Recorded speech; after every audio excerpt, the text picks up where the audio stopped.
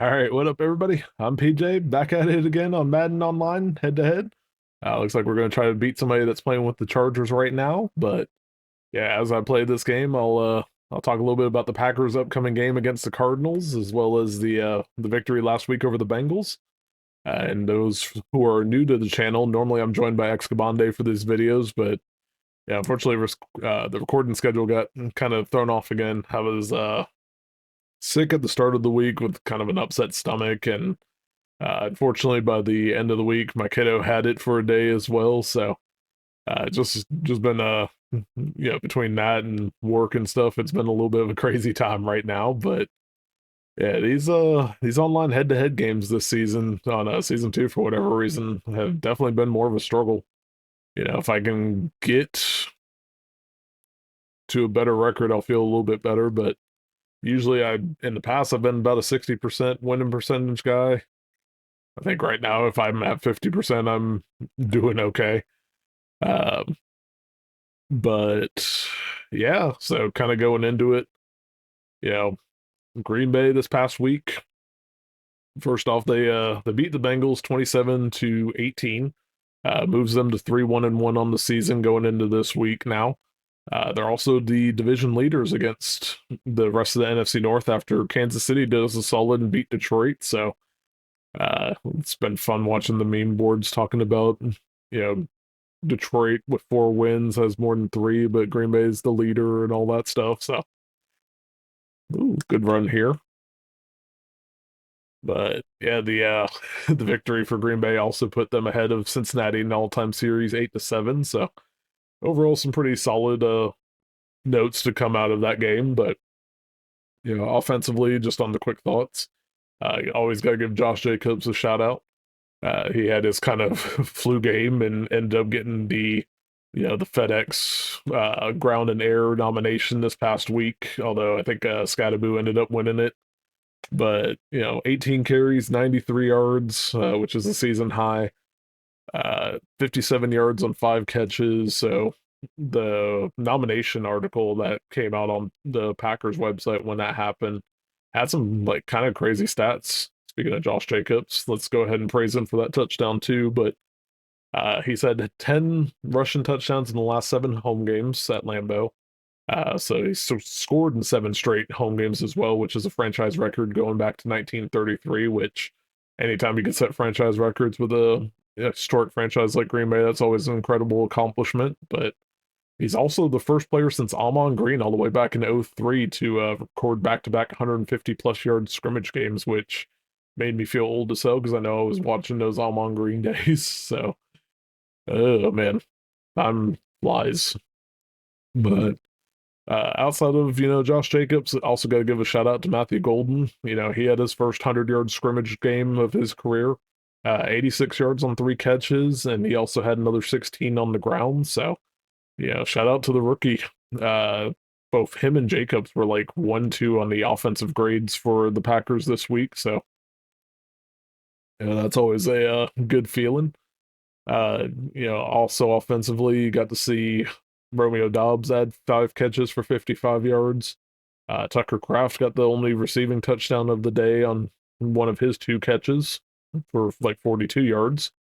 So Love ended up, 19 to 26, 259 and a touchdown, and unfortunately one pretty bad interception that ended up costing Green Bay some points. But I mean, overall on the day, I was still pretty pleased with the offense. It was kind of one of them deals where O-line was a little shaky at first, but they kind of found their way as things went on. And, it looks like Jordan Morgan's going to be the right guard of at least the immediate future going, into or going through that game because he ended up starting over Sean Ryan, which, ooh, see if we can get a decent return here. I normally don't ever get to do punt returns online, so I'm happy I got one there.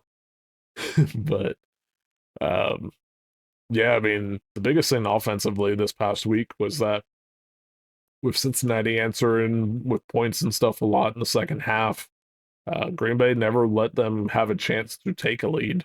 It was always like a deal where Cincinnati would answer and Green Bay would go down and get some points themselves. Shout out to Havrasik, the kicker that filled in for McManus.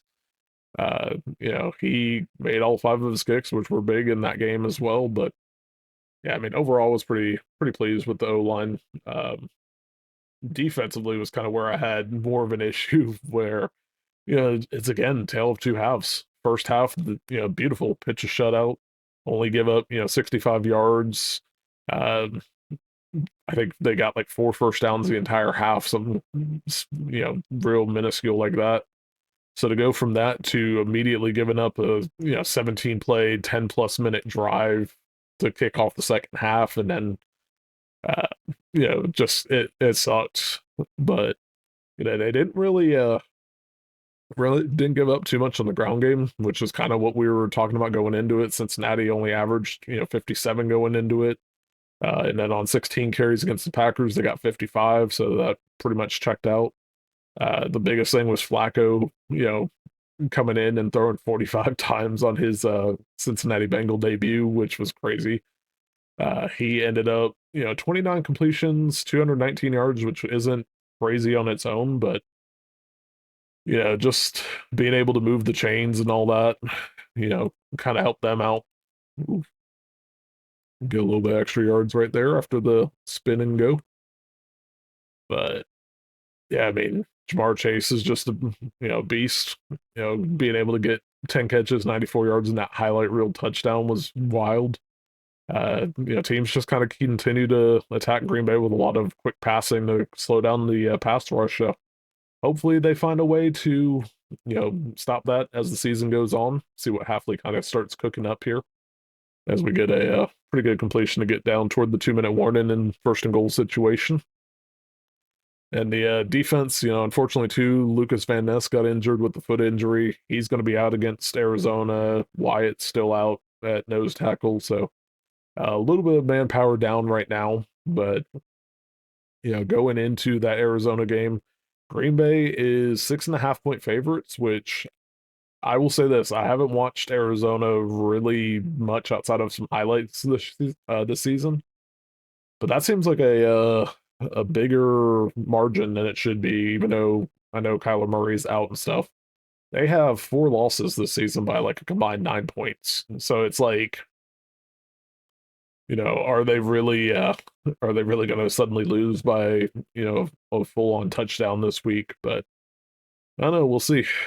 But Green Bay's going to have Warren Brinson come in for kind of backup nose tackle duty. So I'm excited to see him and Sorrell on the D line, see kind of what they got, and then maybe they'll be able to get some pressure.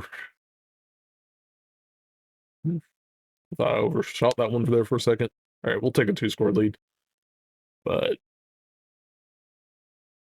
yeah, it's going to be interesting because Arizona, being the home team, Green Bay traditionally beats Arizona a decent amount. The dope sheet said that we've won like 9 of the last 12 regular season games. They're up 46, 24 and 4 over the Cardinals in the regular season, although 1 and 2 in the postseason, which kind of sucks. So, yeah, I mean, they got probably Jacoby Brissett quarterbacking this week because Murray, with the injury, looks like he's going to be out.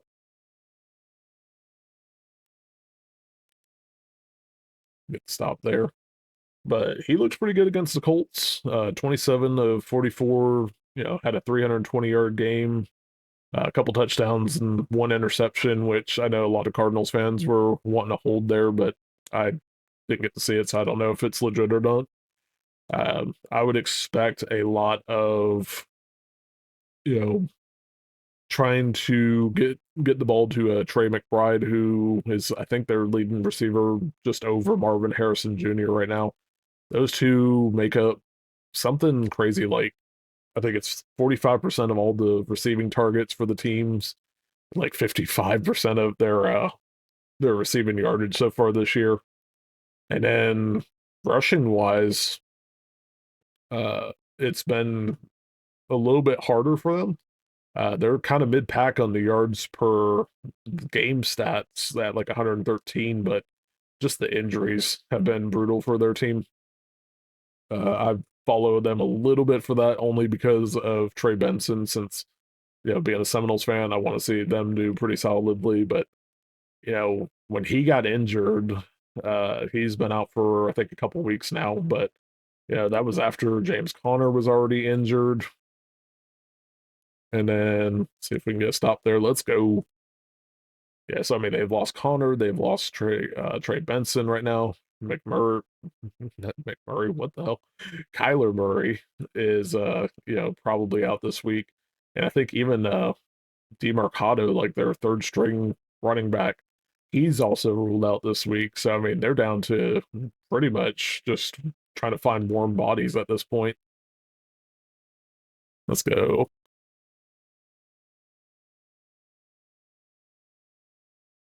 It's gonna be a long field goal attempt. I mean, I'll take it, but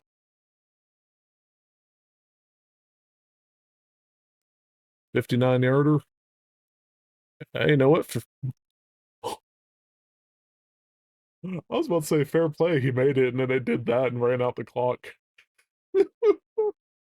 All right, I'll take a two-score lead going into halftime. That was wild. Oh, but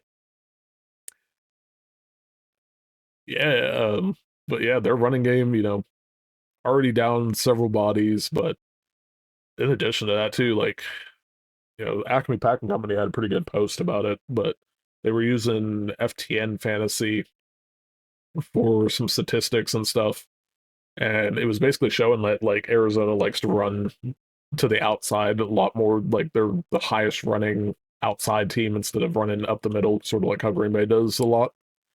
Um, which is going to be beneficial considering Wyatt being out and all that. But that also allows guys like Cooper and Quay Walker to kind of come in and clean up a lot of stuff. So I wouldn't be shocked for them to have big games.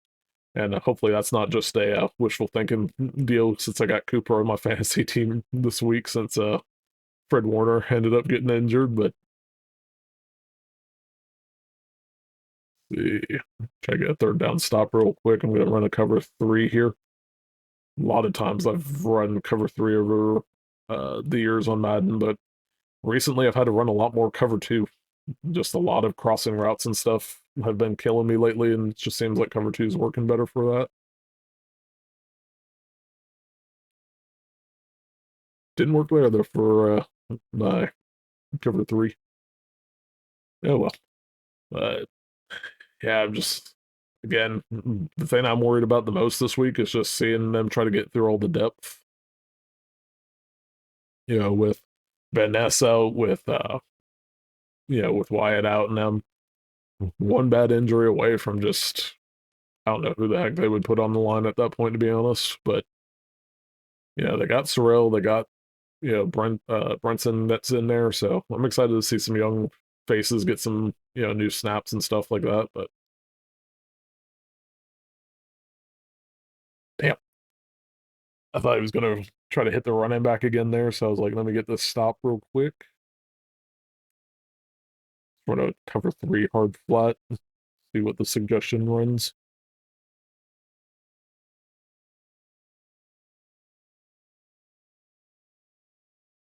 It's like literally everything's just going to the flats, so I need to make an adjustment to that.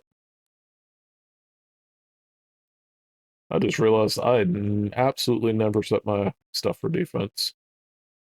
Usually I do close step, pinch it off, put the cornerbacks there. Did not mean to put us in the dime formation though, so that's going to be fun.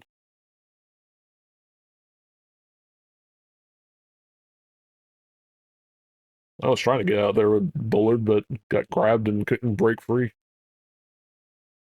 But yeah, keeping on the discussion with the Cardinals game, kind of said my worries for the defensive piece, but offensively, if Josh Jacobs can't go this week, with the having the illness and all that, I still think Green Bay will be all right with Wilson and Chris Brooks over at running back. Maybe it'll lead to some extra passing play calls this week, but that may not necessarily be a bad thing.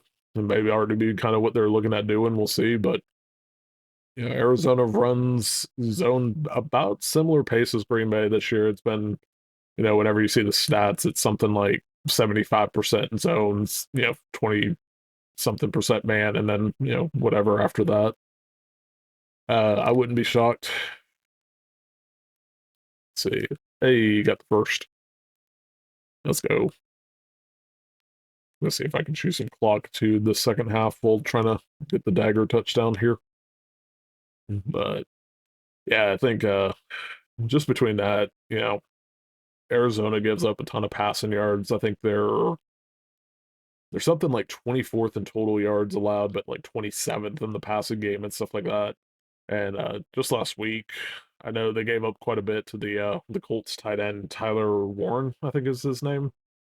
Um, he had like 6 catches, 63 yards, and a touchdown. So I'm kind of hopeful that Tucker Kraft will have a big game, just kind of based off of that, plus what I'm seeing in the stat lines.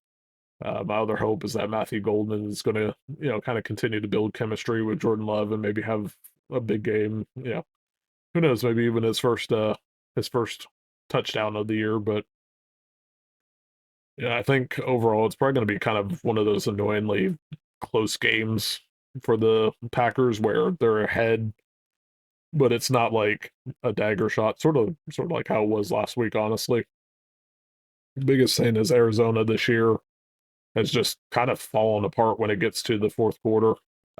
They are the league worst when it comes to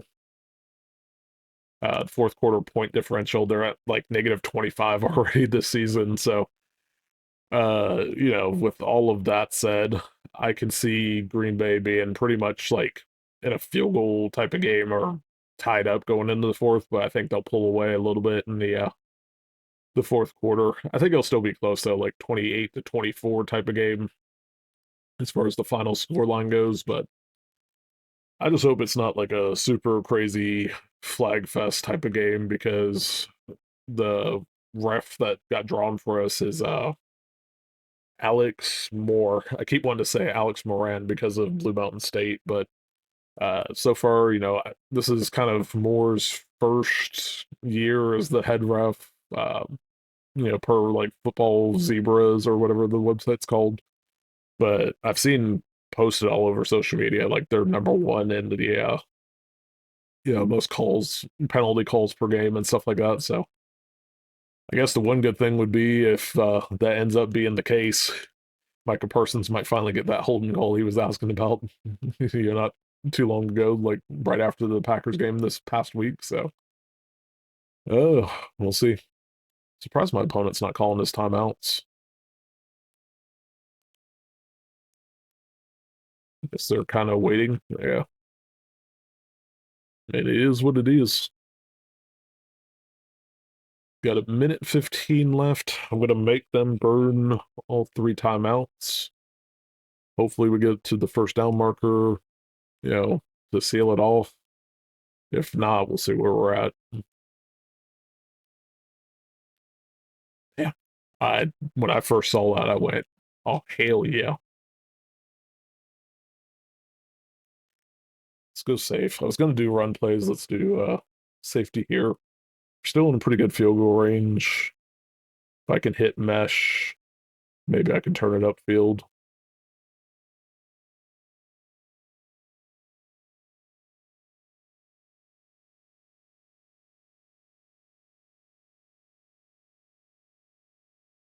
Honestly, it's 4th and 3.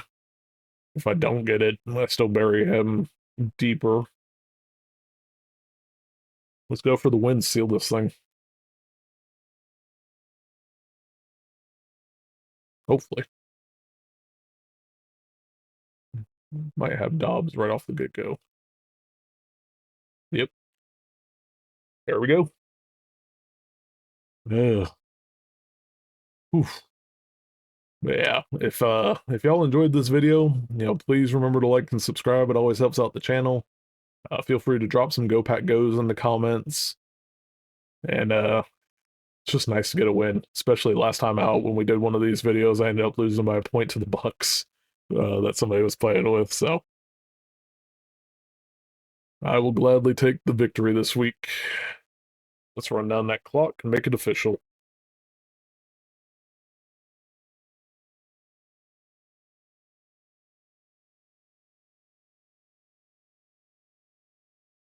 Yeah, that was fun. 10-7 games, kind of low scoring, but it is what it is.